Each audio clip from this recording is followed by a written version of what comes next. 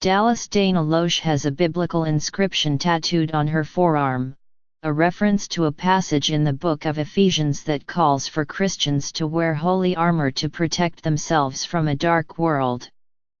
It is an apt precept for Ms. Loesch, a 39-year-old conservative radio talk show host and political commentator who views the world through a lens of fear and violence. It is why she has an arsenal of firearms strategically placed in safes throughout her home. She keeps a handgun near her bed in the event of an intruder, she said, which she can use until she finds a more powerful shotgun or rifle nearby. She sometimes tucks a gun in the small of her back.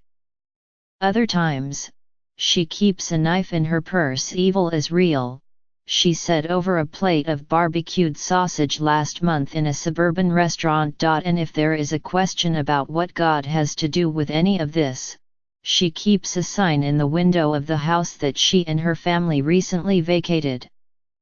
"This home protected by the good Lord and a gun," it read. "If you came here to steal or do harm, you might meet them both."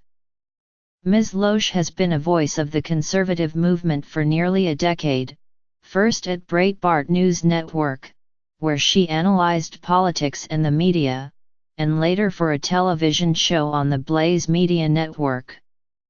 She has written 2 books, Hands Off My Gun, Defeating the Plot to Disarm America, 2014, and Flyover Nation, You Can't Run a Country You've Never Been to, 2016. And she has had her own national radio show since 2008. But it wasn't until last year that people farther afield took notice, when she was featured in a recruiting ad for the National Rifle Association. Pundits from the left and right said it stoked violence and civic unrest.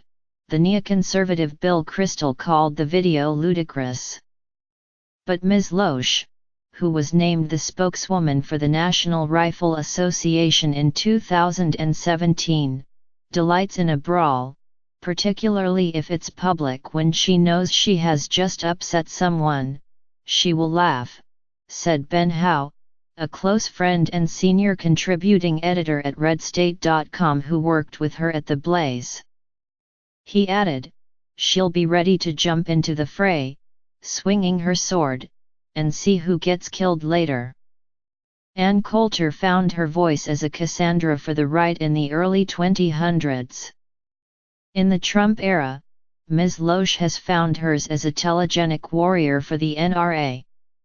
"She shares some characteristics with President Trump," said Megyn Kelly, the NBC talk show host who used to have her on as a guest on Fox News when Ms. Kelly had a show there.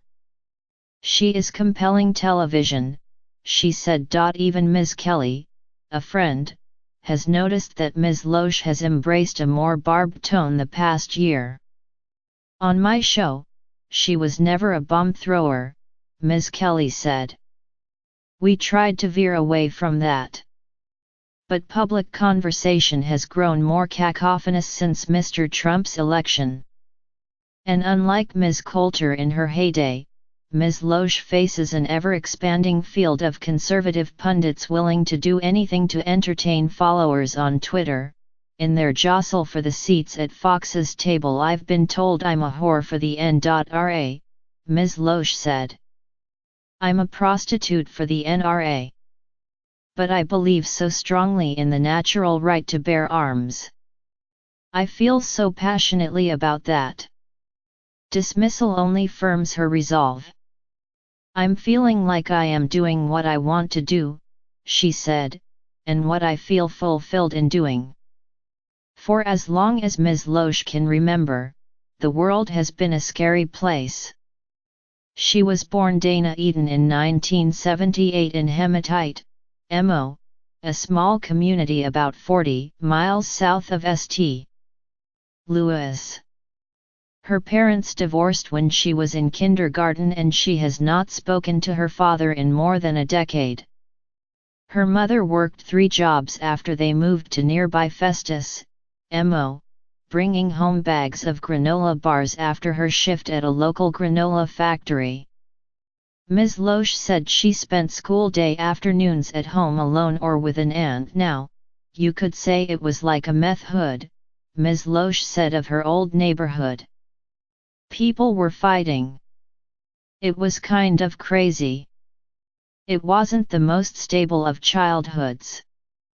Ms. Loesch mostly found refuge at her grandparents' home in Annapolis, MO, a town of about 450 people nestled in the rural Ozarks. Her family voted for Democrats. Her grandfather hunted deer and raccoon.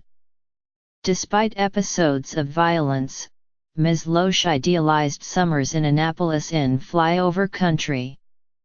In the book, she recalled her grandfather standing on the porch one night with a shotgun in his hands. Ms. Loesch's aunt had just arrived. Her estranged husband had threatened to kill her. Looking back, Ms. Loesch said, "I think I always wanted to know that I was safe."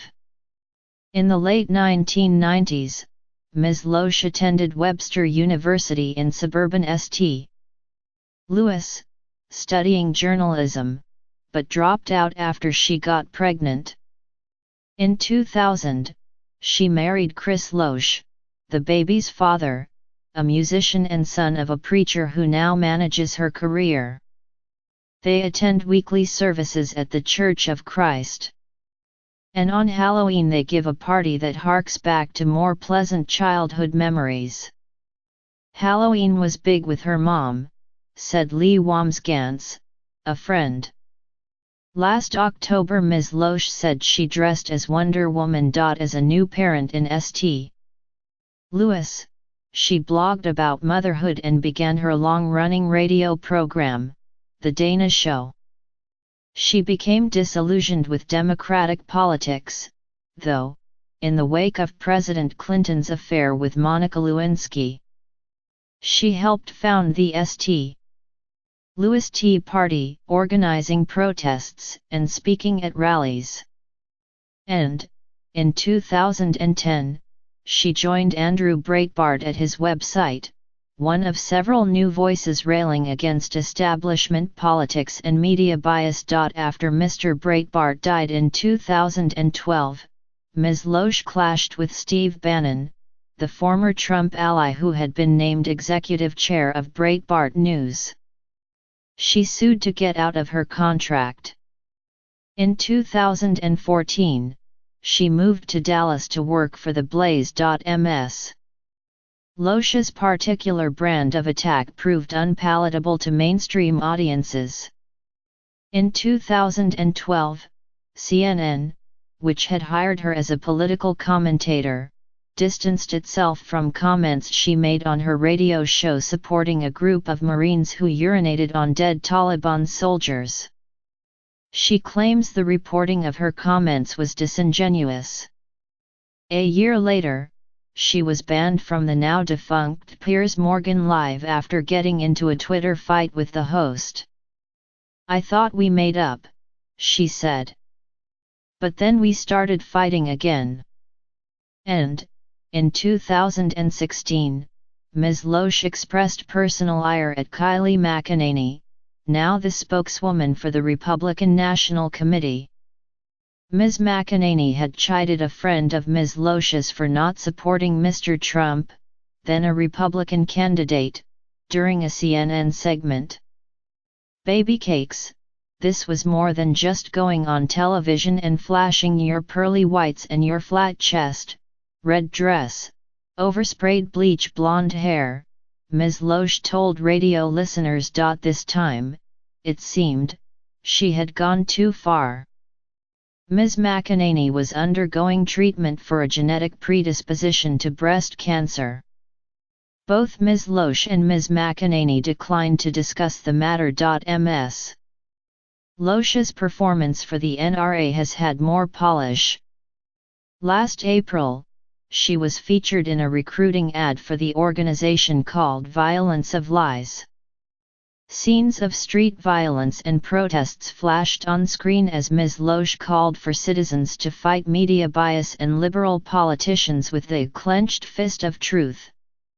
The NRA also released an ad in 2017 aimed at the New York Times, claiming media bias. According to Andrew Arulanandam, the NRA's Managing Director of Public Affairs, the message was inspired by the chief executive, Wayne LaPierre Jr., whose association donated $30 million in campaign support to Mr. Trump. According to news reports, the NRA may have a connection to the investigation of Russia's involvement in the election. Violence of Lies has been viewed nearly 3 million times on YouTube alone. Dana comes across clearly to our members and gun owners, Mr. Arulanandam said. But even some in those groups found the video unnecessarily, even dangerously, incendiary. An online petition was circulated, demanding Facebook remove it. On Twitter, DeRay McKesson, a Black Lives Matter activist, called the video an open call to violence to protect white supremacy. In response, Ms. Loesch challenged him to come on her show and tell me to my face I'm a racist. He didn't, saying Ms. Loesch seeks to use opponents as a foil. I don't believe that she was really talking to me, he said in an interview. She was using me to rile up the base. Last week Ms. Loesch said she had no interest in speaking with Mr. McKesson. Loesch's boss, Mr. LaPierre, has a history of inflammatory rhetoric at the NRA, which has 5 million members.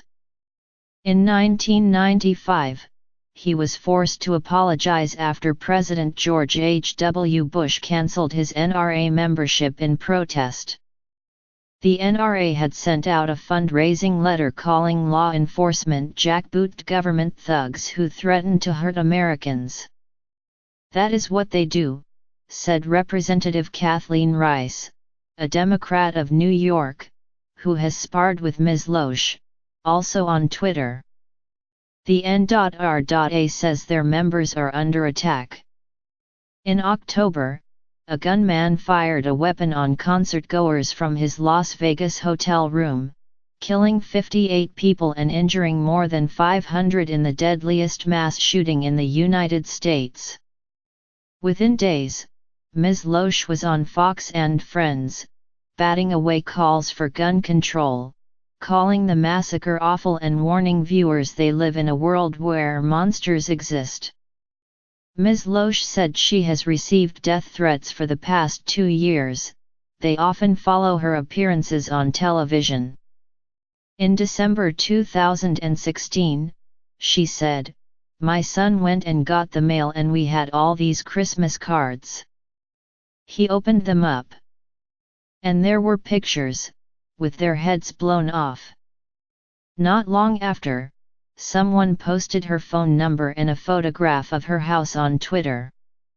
She started getting calls, including a man on the line, breathing heavily. "He said he would drag me out and beat me in the yard," said Ms. Loesch, who moved last month to a new home in suburban Dallas. "I reached out to our local police. She alerted the NRA. It worried them too," she said. "They are not responsible for crazy people. They want to make sure I am safe and that I am okay. Because I have kids." Did the experience remind her of her childhood? "Yeah," she said. "But this time, I'm my grandpa." Ms. Loesch was greeted like a local celebrity when she arrived at the Crossfire Defense Academy and Range, 8 miles from the Dallas-Fort Worth International Airport, which she'd agreed to visit to shed light on gun ownership, a mystery to many in blue states. Ms. Loesch was met by a clutch of beefy ex-military safety officers outfitted in red shirts and camouflage pants. The range was at the back of a gun shop. Soundproof rooms with stalls facing paper targets clipped to a metal bar. A cartoon of a couple brandishing pistols and dressed in black tie had been taped to the door, advertising 2-for-1 shooting and happy hour drinks at a local taco shop. But tonight was ladies' night, and a woman dressed in black high heels was there, holding a pistol. Mr.